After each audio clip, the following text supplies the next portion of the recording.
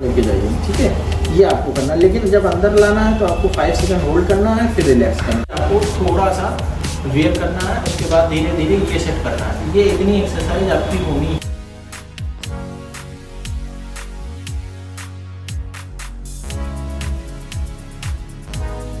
Perfect होता है। तो ये है, ये STM करके नाम से आता है, क्योंकि इससे क्या होता है कि मसल्स रिलीज होता है। आप देखते होंगे जितने इंटरनेशनल खिलाड़ी हैं वो उन पे अप्लाई हो रहा है। अभी अपने इंडिया में बहुत कम हो रहा है, कुछ लोग ही कर रहे हैं, और नहीं तो ये इंटरनेशनल पे ही होता है, क्योंकि इसको जहाँ पे मसल टाइट होती है उससे रिलीज किया जाता है। क्योंकि शोल्डर में सबसे ज़्यादा रोल टेक्टोरिस मसल की होती है। तो क्या करना है, आपको दीवार लेना है, ये हाथ को करना है। हाथ को करने के बाद में ये आप धीरे से इसे घूम जाओगे। जब घूम जाओगे तो ये पूरा आपका खिंच जाएगा, ठीक है। ये हो गई आपकी दूसरी स्ट्रेचिंग। अब hi everyone, welcome to the channel.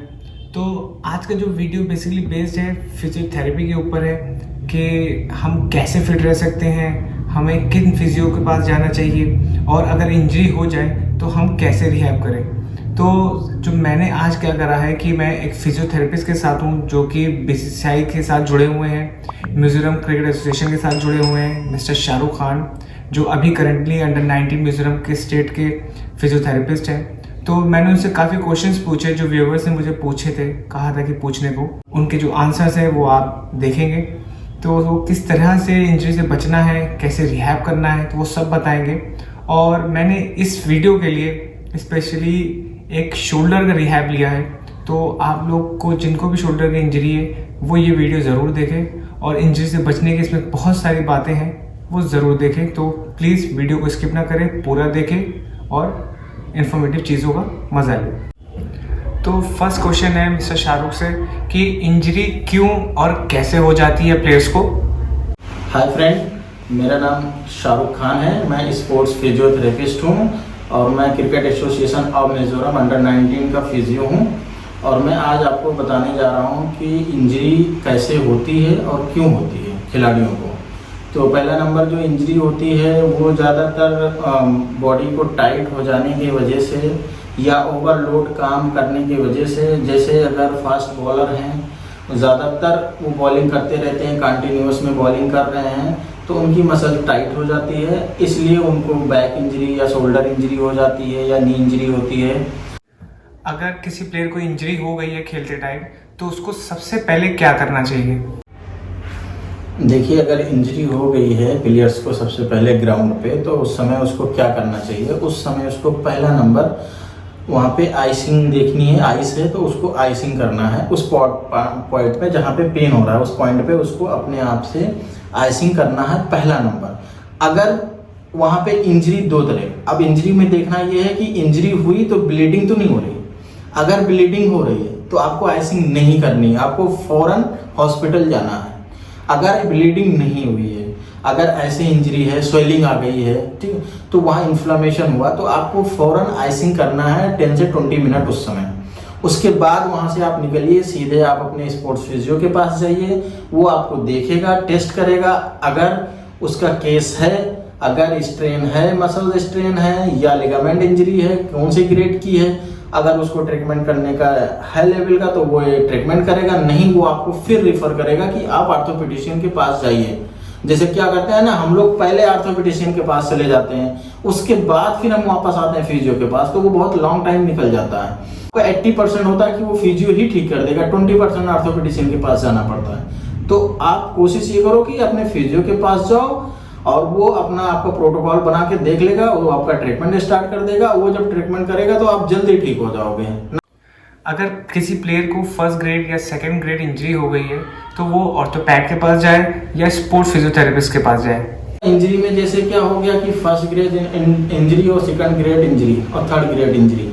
अब जैसे मसल स्ट्रेन होता है तो मसल स्ट्रेन में भी फर्स्ट ग्रेड, थर्ड, 3 ग्रेड के इंजरी होते हैं। जैसे लिगामेंट हमारा है तो फर्स्ट, सेकंड, थर्ड और फोर्थ, मतलब पार्शियल टियर कहा जाता है उसको, ये होता है। तो पार्शियल टियर का मतलब कंप्लीट टियर हो गया, तो उसमें फिजियो का रोल वहाँ पे नहीं है। वहाँ पे आ जाता है ऑर्थोपेडिशियन सर्जन का रोल, जो वो सर्जरी करके फिट करेगा। और सर्जरी के बाद में फिजियो का रोल आता है कि उसको कैसे रिहेब कराना है, क्योंकि नॉर्मल फिजियो के पास फिर लोग चले जाते हैं तो नहीं जाना है, ना कार्डियो ना न्यूरो के फिजियो के पास नहीं जाना है, आपको स्पोर्ट्स फिजियो के पास ही जाना है। और उसके बाद में वो अपना प्रोटोकॉल बना के आपको पूरा कंप्लीट रिहेब कराएगा। बहुत से डॉक्टर बोलते हैं कि इंजरी जैसे ही हो जाए तो फौरन गर्म पानी से सिकाई करें, क्या ये सही है या एक मिथ है पुरानी? तो इसके बारे में बताएं। बाद में अब आता है कि फर्स्ट ग्रेड या सेकंड ग्रेड है, तो फर्स्ट सेकंड ग्रेड में क्या होता है कि ज़्यादातर बच्चों को इंजरी हुआ और वो उनको बोल दिया जाता है कि आप जाइए रेस्ट करिए और गर्म पानी से सिकाई करिए। तो अब गर्म पानी से सिकाई करने से क्या होती है कि दिक्कत और बढ़ती है। दिक्कत क्यों बढ़ती है मैं आपको बता रहा हूँ।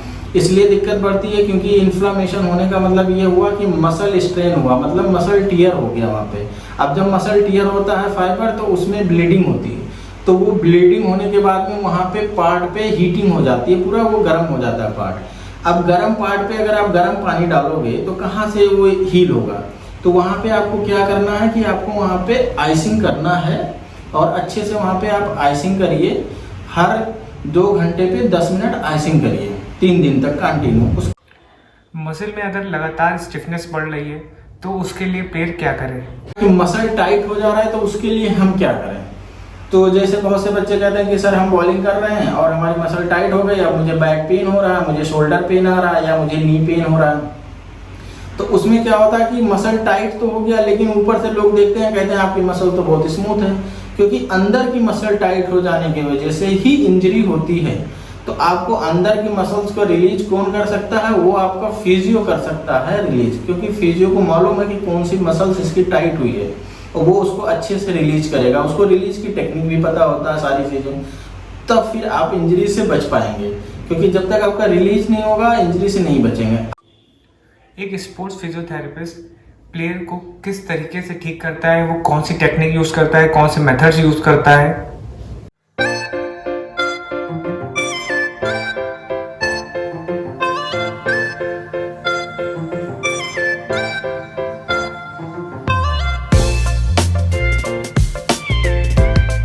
अब आपको मैं बताने जा रहा हूँ कि रिलीज किस किस इंस्ट्रूमेंट से होता है, क्योंकि स्पोर्ट्स फिजियो के पास ये सब चीज़ें होनी बहुत ज़रूरी है और इसी चीज़ों से रिलीज भी होता है, तभी खिलाड़ी परफेक्ट होता है। तो ये है, ये STM करके नाम से आता है, क्योंकि इससे क्या होता है कि मसल्स रिलीज होता है। आप देखते होंगे जितने इंटरनेशनल खिलाड़ी हैं वो उन पे अप्लाई हो रहा है। अभी अपने इंडिया में बहुत कम हो रहा है, कुछ लोग ही कर रहे हैं, और नहीं तो ये इंटरनेशनल पे ही होता है, क्योंकि इसको जहाँ पे मसल टाइट होती है उससे रिलीज किया जाता है। अब आपको दिखाने में जा रहा हूँ कप, क्योंकि कपिंग जो होती है, कपिंग कई तरह की होती है। एक हजामा कहते हैं, एक कपिंग कहते हैं। क्योंकि जो स्पोर्ट्स वालों के लिए होता है वो ये कपिंग होती है, क्योंकि इससे क्या होता है कि आप उस पार्टिकुलर जहाँ पे मसल टाइट है उसको आप रिलीज कर सकते हो, ना कि ब्लड निकाल सकते हो। इससे ब्लड नहीं निकलेगा, इसका सिर्फ रिलीज का काम होता है जो हम करते हैं इस समय, और इसका ज़्यादा यूज़ नहीं है, रिलीज का यूज़ है। अब आ रहा है नीडलिंग, क्योंकि ड्राई नीडलिंग सब लोग करते हैं। ड्राई नीडलिंग का काम क्या होता है कि जिस पॉइंट पे टाइटनेस बहुत ज़्यादा है, जैसे क्या डीप मसल्स, क्योंकि ये डीप मसल्स के लिए ही यूज होता है, ना कि सुपरफिशियल मसल्स के लिए। तो जो डीप मसल टाइट होती है वहाँ पे हम टेंडन पॉइंट पे नीडल डाल देते हैं, तो वो जो टाइटनेस होती है वो रिलीज हो जाती है, इसलिए वहाँ पे पेन खत्म हो जाता है। अब इसको रिलीज करने, इसको नीडल डालने के लिए हमें सैनिटाइज़र बहुत ज़रूरी है। इस समय सैनिटाइज़र लगा के उसके बाद ही करना है। और रिलीज करने के लिए STM से हमें लोशन की नीड पड़ती है, वो जो लोशन हमारे पास है। अब आता है जो आप सब लोग जानते हो कि फोम रोलर है, रोलर से भी आप अपना रिलीज कर सकते हो, क्योंकि रोलर से बस सुपरफिशियल होता है, डीप नहीं होता है, ठीक है। और उसके बाद में ये आपका होता है कि जब एंकल इंजरी होती है, नी इंजरी होती है, ये एक्सरसाइज बहुत ज़रूरी होती है, क्योंकि ये स्टेबिलिटी के लिए होती है, ये बहुत ज़रूरी है, ये आपको करना है। ये जो बेल्ट होता है, जैसे शोल्डर कंधा जाम हो गया, सारी चीज़ें होंगी, उसके खोलने के लिए ये होता है। अब आता है कि टेपिंग, क्योंकि टेपिंग कई तरह की होती हैं। के टेप होता है, रिजिड टेप होता है, और डायनेमिक टेप होता है, और माइक्रोपोर टेप होता है। तो ये सारी टेप हमारे पास रहते हैं। सारी टेप को हम लोग जब जैसे नीड होती है वैसे यूज करते हैं, जो स्पोर्ट्स फिजियो होते हैं। तो ये सारी टेप हमारे पास है, सारी चीज़ें हैं, और इसका सिर्फ पर्पज़ जो है कि पेन को रिलीफ करना और पेशेंट को अच्छे से, खिलाड़ी को ट्रीटमेंट देके उनको जल्दी से जल्दी फिट करना, बस। अगर लगातार मैच खेल रहे हैं या हमारा हैवी वर्कआउट चल रहा है तो प्लेयर किस तरह से अपने को फिट रखे कि वो उसकी बॉडी स्टिफनेस से दूर रहे? हम ज़्यादा वर्कआउट कर रहे हैं तो हमारे टाइटनेस से और कैसे बचें?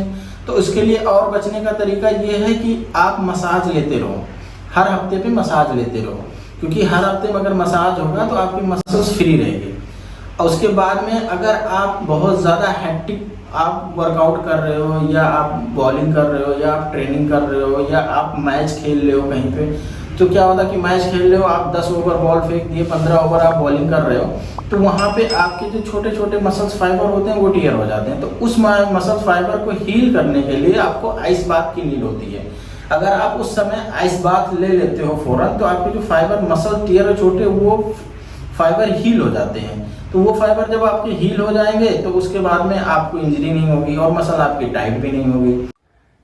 क्या प्लेयर को रेगुलर चेकअप के लिए फिजियोथेरेपिस्ट के पास जाना चाहिए? वो अपने फिजियो के टच में रहना है, फिजियो के पास जाइए, उससे बोलिए कि हमारी मसल्स देख लीजिए कहीं टाइट तो नहीं है या कहीं कुछ नहीं है। तो अगर वो मसल्स आपका देख लेगा, फील करेगा, उसके बाद में अगर टाइट होगा तो वो रिलीज करेगा, अगर स्ट्रेचिंग करने लायक होगा तो वो स्ट्रेचिंग करेगा, तब आप जाके इंजरी से बच पाएंगे। और दूसरी बात, आपकी डाइट अच्छी होनी चाहिए और आपका वाटर इनटेक अच्छा होना चाहिए, तब आपकी, क्योंकि बॉडी में वाटर इनटेक की बहुत ज़्यादा नीड होती है। तब जब आप वाटर इनटेक ज़्यादा लोगे तभी आप मसल्स फाइबर आपके ब्रेक नहीं होंगे और मसल्स फाइबर आपके खुले रहेंगे। तो ये सारी चीज़ें अच्छे से आपको करना है। जिम ट्रेनर और स्पोर्ट्स स्पेसिफिक ट्रेनर, किस ट्रेनर के अंडर प्लेयर्स को ट्रेनिंग करना चाहिए? अब देखिए, जैसे मैं बताने जा रहा हूँ कि मसल जो टाइट ज़्यादातर होती रहती है बच्चों को, क्योंकि वो गलत जिम जाने की वजह से भी होता है। क्योंकि जो भी ट्रेनर वहाँ होता है वो क्वालिफाइड ट्रेनर नहीं होता है, ना वो क्रिकेटर होता है। तो आपको ऐसे ट्रेनर को ढूंढना है जो लेवल 1 लेवल 2 कोर्स किया हो, या BCCI से जुड़ा हो, या क्रिकेटर हो। तो ज़्यादातर देखिए, बहुत से लोग क्रिकेटर जो हैं अब वो लेवल 1 लेवल 2 कोर्स कर लिए हैं, तो उनको सारी चीज़ें मालूम है, क्या ट्रेनिंग देना है, किस पार्ट की ट्रेनिंग करनी है, वो सारी चीज़ें को आपको एक प्रोटोकॉल के थ्रू वो आपको देते रहते हैं और उसकी वर्कआउट कराते रहते हैं। तो वो ज़्यादातर आपकी इंजरी नहीं होगी, क्योंकि उनको मालूम है कि कितना लोड बॉडी को देना है और कितने दिन का रेस्ट इनको देना है और कब इनको नेक्स्ट बुलाना है, कैसे करना है। तो वो सारी चीज़ें फॉलो अप करते हैं। नॉर्मल ट्रेनर क्या होता है कि वो इतना ज़्यादा वर्कआउट कर देता है, क्योंकि वो मसल फुलाने में लगा रहता है कि बस आपके मसल्स दिख रहे हैं तो आप क्रिकेटर हो। ऐसा नहीं होता है। बहुत बार ऐसा होता है कि छोटी सी भी इंजरी होती है और प्लेयर को बोल दिया जाता है कि आप MRI करा लो। क्या ये चीज़ सही है और MRI के क्या साइड इफेक्ट्स हैं? बहुत से जो बच्चे हैं वो डायरेक्ट ऑर्थोपेडिशियन के पास जाते हैं और वो MRI करा देते हैं।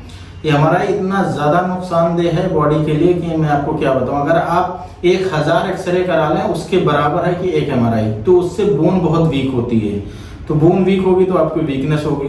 तो आपको क्या करना है कि जो आपका स्पोर्ट्स फिजियो होता है वो क्या करता है, उसको इतना टेस्ट मालूम होता है, वो इतना क्वालिफाइड होता है कि वो टेस्ट अगर कर लेगा तो आपको बता देगा कि ये इंजरी है। आप चाहे MRI करा लो, चाहे एक्सरे करा लो, चाहे CT करा लो, कुछ भी कराओ, वो वही निकलेगा। तो वो इतना एक्सपर्ट होते हैं। तो क्या होता है ना कि सबसे ज़्यादा आपका टाइम भी बच जाता है, पैसे भी बचते हैं और आपके अच्छे ट्रीटमेंट भी होते हैं। तो आपको MRI ज़्यादा नहीं कराना, बहुत ज़्यादा सीरियस मामला है तब वो फिजियो आपका MRI कराएगा। और जो कंप्लीट टियर है तो उसके लिए तो कुछ नहीं कर सकते हैं, या बोन फ्रैक्चर है तो उसके लिए तो फिर आपको कराना है जो भी है सारी चीज़ें, वो तो फिर ऑर्थोपेडिशियन के पास गया। इंजरी से बचने के लिए प्लेयर को क्या मेथड्स यूज़ करने चाहिए जो वो खुद से कर सकता है? जैसे मैंने बोला कि वाटर इनटेक का, तो वाटर इनटेक के बारे में भी आपको बता दिया, आपको मसाज के बारे में बता दिया, आपको रिलीज के बारे में बता दिया, आपको आइस बाथ के बारे में बता दिया। ये चीज़ अगर आप प्रोटोकॉल फॉलो करके चलोगे तो आपको इंजरी नहीं होगी ज़्यादा, आप हमेशा इंजरी से बचे रहोगे। एक क्रिकेटर को शोल्डर इंजरी क्यों हो जाती है और जब वो थ्रो कर रहा होता है तो वो क्यों नहीं थ्रो कर पाता, उसके कौन से मसल में प्रॉब्लम होता है? पहले तो आपको बताएंगे कि शोल्डर का जो कारण है इंजरी का, वो मसल वीकनेस की वजह से होता है। क्योंकि शोल्डर की मसल ओवर यूज हो जाती है, ओवर यूज होने के बाद में कुछ मसल्स वीक हो जाती हैं। जैसे हमारे शोल्डर में 18 मसल्स होते हैं, ठीक है, 3 मसल्स होती हैं। अब उसमें हम देखते हैं कि जैसे फॉलो थ्रो में हम थ्रो फेंक रहे हैं तो थ्रो में हमें पेन आता है, थ्रो हम नहीं फेंक पाते हैं।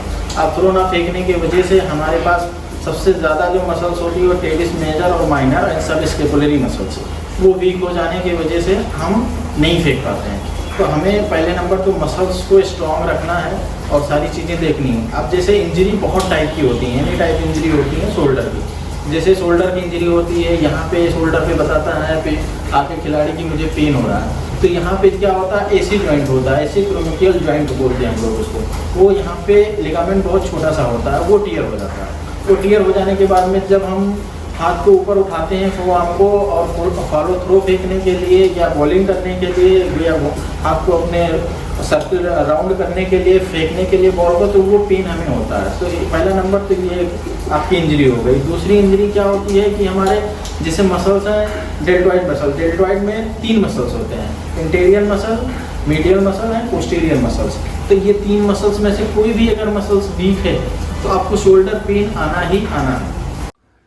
शोल्डर इंजरी रिहैब हम कैसे करें? इंजरी को पहले वो आपके पेन को ख़त्म करेगा, पेन ख़त्म करने के बाद में वो फिर आपके रेंज ऑफ मोशन को लेके आएगा कि हाँ आपका हाथ कितना पूरा उठ रहा है कि नहीं उठ रहा है। फिर उसके बाद में वो आपकी स्ट्रेंथनिंग कराएगा कि हाँ ये स्ट्रेंथनिंग आपको करनी है, फिर वो अपना स्ट्रेंथनिंग करा के आपके शोल्डर को स्ट्रॉन्ग करेगा।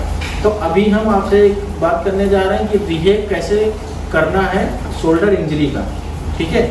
आप अभी जैसे एसी जॉइंट की इंजरी हो गई तो उसके में आपको क्या क्या करना है, तो पहले थेराबैंड से स्टार्ट करना है। थेराबैंड से लाइट एक्सरसाइज करनी है। लाइट एक्सरसाइज इसलिए करनी है क्योंकि पेन को बढ़ाना नहीं है, ठीक है, पेन को ख़त्म करना है। अब क्या करना है कि पहले आपको पहला नंबर एक्सरसाइज जो होगा वो आपको अंदर की तरफ हाथ को लाना है। शोल्डर को आप जो आपका एल्बो है, ये एल्बो यहाँ पे स्टेबलाइज हो जाएगा, यहाँ पे एकदम रोक के रखिएगा। रोकने के बाद में इसको आप अंदर की तरफ ले जाइए, फिर बाहर की तरफ लाइए, फिर अंदर की तरफ लेके जाइए, ठीक है। ये आपको करना है, लेकिन जब अंदर लाना है तो आपको 5 सेकंड होल्ड करना है, फिर रिलैक्स करना है, फिर होल्ड करना है, फिर रिलैक्स करना है। इस हाथ को बाहर नहीं ले जाना, ये आपको हमेशा ध्यान रखना है। अब दूसरी एक्सरसाइज जो है वो आपको करनी है कि आपको थेराबैंड को लेना है और इसको आप ऐसे अपने पैरों के नीचे फंसाएंगे और इसको ये ग्रिप किए, ग्रिप करने के बाद में अबडक्ट करेंगे शोल्डर को। शोल्डर को ज़्यादा नहीं उठाना है, शोल्डर को हमेशा थोड़ा सा नीचे रखना है ग्रेविटी से, क्योंकि यहाँ पे प्रेशर आना चाहिए। जब प्रेशर आएगा तो मसल टोन होगा, तो ये आपको ध्यान रखना है। ये आप करना, ये एक्सरसाइज करना है। इसके बाद में थोड़ा सा ये जो आपकी पॉकेट लाइन है, पॉकेट लाइन पे लाके ये इसको फिर ये करना है, 10-10 का 3 सेट करना है रिपोर्टेशन में। फिर उसके बाद में थोड़ा सा बैक ले जाके आपको ये एक्सरसाइज करनी है। ये एक्सरसाइज आपको स्टार्टिंग में करनी है, उसके बाद में स्टेप बाय स्टेप बढ़ाया जाएगा एक्सरसाइज। उसके बाद में फिर आपको क्या करना है, यहाँ पे लाके होल्ड करना है, ठीक है, ये एक्सरसाइज करना है। अब आता है कि डंबल एक्सरसाइज कब करना है। तो डंबल एक्सरसाइज के लिए मैं आपको बताने जा रहा हूँ कि पहले आपको 1 kg से या 2 kg से करना है, इससे ज़्यादा नहीं करना है। अच्छा, शोल्डर का जो एक्सरसाइज है डंबल का सेम वही पैटर्न होना है, उसमें कोई चेंजेस नहीं होना है। बस इसमें आपको देखना है कि हमें डंबल कितना वेट रोक सकती है हमारी शोल्डर, क्योंकि मसल्स उसमें इंजरी होने के बाद में मसल बहुत सडनली बहुत तेज़ वीक होती है और वो वीकनेस बहुत नुकसानदेह होती है, क्योंकि वो एकदम से जाम कर देता है शोल्डर को। इसके बारे में ज़्यादा लोगों को नहीं नॉलेज है कि इंजरी के बाद बहुत ज़्यादा, इसलिए इंजरी के बाद होता है क्योंकि ब्लड सर्कुलेशन मसल्स के अंदर कम हो जाता है, तो वो वीकनेस बहुत तेज़ होती है। इसलिए आपको शोल्डर एक्सरसाइज यहाँ पे लाके होल्ड करना है 5 सेकंड, फिर डाउन करना है, फिर होल्ड करना है, फिर डाउन करना है, 10 टाइम्स करना है। फिर उसके बाद में ये लाके 10 टाइम्स करना है, फिर इसके बाद पीछे ले जाके 10 टाइम्स करना है, फिर आपको ये सीधा स्ट्रेट उठाना 10 टाइम्स करना है। उसके बाद में फिर ये इस पोजीशन में आपका होगा 10 टाइम्स का। ये ये आपकी 4 एक्सरसाइज होनी है। उसके बाद में आपको फिर वही सेम एक्सरसाइज ये होनी है, अंदर की तरफ लेके आनी है। अब जो आपको तीसरी एक्सरसाइज करनी है शोल्डर की, वो आपको पहला नंबर बाइसेप्स की एक्सरसाइज करनी है। वो भी आपको ये 20-20 का 3 सेट करना है, ना कि 10-10 का करना है, ये 20 से स्टार्ट करना है। उसके बाद आपको ट्राइसेप्स करना है, ट्राइसेप्स की एक्सरसाइज करनी है। उसके बाद में फिर आप आ जाएंगे, उसके बाद में बॉडी को फॉरवर्ड बेंड करके उसके बाद में ये आपको ये एक्सरसाइज करनी है। ये यहाँ पे लाके होल्ड करना है, क्योंकि यहाँ जब होल्ड करेंगे तो काफ़ी प्रेशर आता है, पेन आता है, लेकिन उससे आपको थोड़ा सा वेयर करना है। उसके बाद धीरे धीरे ये सेट करना है। ये इतनी एक्सरसाइज आपकी होनी है स्टार्टिंग में। उसके बाद में स्टेप बाय स्टेप एक्सरसाइज बढ़ती जाएगी, वो आपको फिजियो की सारी चीज़ों को बताएगा कि कब बढ़नी है, क्या करनी है। बस इससे ज़्यादा नहीं करना है अभी आपको एक्सरसाइज। धीरे धीरे आपको लोड बढ़ाते जाना है, वो आपको फिजियो बढ़ाता जाएगा, वो देखता जाएगा कि आपको 2 kg करना है कि 3 kg करना है कि 4 kg करना है। उसके बाद ही आप विदाउट उसकी गाइडलाइन मत करिएगा, उसको दिखाते रहिए, उससे पूछते रहिए। जब रिहैब हो रहा होता है उसके बाद से जो स्ट्रेचिंग होती है वो बहुत इंपॉर्टेंट होती है, तो वो किस तरह से स्ट्रेचिंग करी जाए। अब वर्कआउट के बाद आपको स्ट्रेचिंग कौन सी करनी है वो मैं आपको बताने जा रहा हूँ शोल्डर इंजरी में। अब आपको क्या करना है, पहले नंबर आपको या चेयर पे बैठ जाएंगे सेटिंग पोजीशन में, या आप स्टैंडिंग में खड़े होंगे। स्टैंडिंग में खड़े होने के बाद में आपको पहले नंबर क्या करना है, यूँ लेके जाना है हाथ को ऊपर हाथ को ले जाना है। दूसरे हाथ से आपको क्या करना है, इसको प्रेशर लगा के खींचना है ऊपर। जितना आप खींचोगे ये ऊपर जाएगा, तो जब ये ऊपर जाएगा तो ये आपकी पूरी मसल्स की स्ट्रेचिंग हो जाएगी। ठीक है, अब दूसरी आ गई स्ट्रेचिंग आपकी कि आपको क्या करना है, पेक्टोरस मसल्स की स्ट्रेचिंग कैसे करनी है, क्योंकि शोल्डर में सबसे ज़्यादा रोल पेक्टोरस मसल्स की होती है। तो क्या करना है, आपको दीवार लेना है, ये हाथ को करना है। हाथ को करने के बाद में ये आप धीरे से इसे घूम जाओगे। जब घूम जाओगे तो ये पूरा आपका खिंच जाएगा। ठीक है, ये हो गई आपकी दूसरी स्ट्रेचिंग। अब आपकी आ गई तीसरी स्ट्रेचिंग। तीसरी स्ट्रेचिंग में आपको क्या करना है कि आपको ये ऐसे करना है, आपको ये खींचना, तो आपकी जितनी बैक मसल्स है शोल्डर की वो पूरी स्ट्रेच हो जाएगी। ये करनी है। अगर आपका कोई पार्टनर है तो पार्टनर को क्या करना है कि ये हाथ को पीछे ले जाना और उससे बोलना है कि वो ऊपर उठाएगा, पूरा अच्छे से स्ट्रेच करेगा। बस थोड़ा उठाएगा, इससे ज़्यादा नहीं उठाएगा, क्योंकि इससे ज़्यादा अगर उठाएगा तो फिर इंटीरियर साइड में आपको इंजरी हो जाएगी आगे। तो ये ध्यान रखना है आपको सारी चीज़ों को। अब मैं आपको बताने जा रहा हूँ कि नेक्स्ट जो वीडियो हम बनाएंगे वो बैक इंजरी, नी इंजरी का ACL, PCL, MCL जो भी लिगामेंट है सारे, उसके बारे में बताई जाएगी। एंकल की इंजरी जो होती है लिगामेंट की, उसके बारे में बताई जाएगी। और एल्बो की इंजरी की, तो ये सारी चीज़ें प्रॉपर व्यू में आपको बताया जाएगा स्टेप बाय स्टेप। हर एक वीडियो बना के कितनी एक्सरसाइज हो सकती है और क्या कितने सेकंड, कितने मिनट, कितने रेपिटेशन होना है, वो सारी चीज़ें आपको क्लियर बताई जाएगी।